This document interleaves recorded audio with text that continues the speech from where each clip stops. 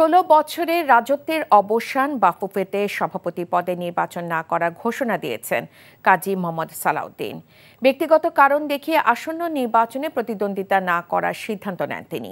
ফিফার নির্দেশনা অনুযায়ী ২৬ অক্টোবরই নির্বাচন হবে জানিয়েছেন চারবারের সভাপতি।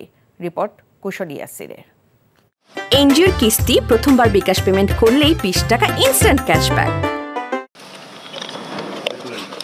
৫ আগস্ট রাজনৈতিক পট পরিবর্তনের সঙ্গে ক্রীড়াঙ্গনেও সংস্কারের দাবি উঠে আলোচনায় আসে বাফুফে সভাপতি কাজী সালাউদ্দিনের নাম। আগেই সিদ্ধান্ত নেন পঞ্চমবারের মতো সভাপতি পদে নির্বাচন করার, যদিও অবস্থান থেকে সরে এসেছেন তিনি। মতিঝিলে বাফুফে ভবনে আকস্মিক সংবাদ সম্মেলনে ব্যক্তিগত কারণ দেখিয়ে নির্বাচন না করার ঘোষণা দিলেন সালাউদ্দিন। আমি 4 টার্ম আপনাদের সাথে ছিলাম। I consider myself to be very lucky যে এই সুযোগ আমার জীবনে আসছে। তো এখন যে কামিং ইলেকশন আসতেছে ২৬শে অক্টোবরে, এই ইলেকশনে আমি কন্টেস্ট করব না। So that's my final decision.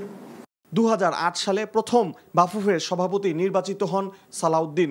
২০১২ সালে বিনা প্রতিদ্বন্দ্বিতায় সভাপতির দায়িত্ব নেন তিনি। ২০১৬ ও ২০২০ সালে ভোটের মাধ্যমেই বাফুফে প্রধান হন দেশের ফুটবলের এই কিংবদন্তি।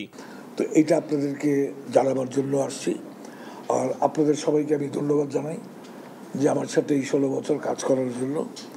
এতে অনেক আন্ডারস্ট্যান্ডিং মিসআন্ডারস্ট্যান্ডিং হয়েছে, এটা হইতেই পারে। So I have nothing in my heart. মূলত তার কাছে যে প্রত্যাশা ছিল ফুটবল অনুরাগীদের, তা পূরণ হয়নি। তাকে নিয়ে তাই সমালোচনায় মাতে ফুটবল ভক্তরা। কুশল ইয়াসির, এনটিভি নিউজ, ঢাকা। এনজিওর কিস্তি প্রথমবার বিকাশ পেমেন্ট করলেই ২০ টাকা ইনস্ট্যান্ট ক্যাশব্যাক।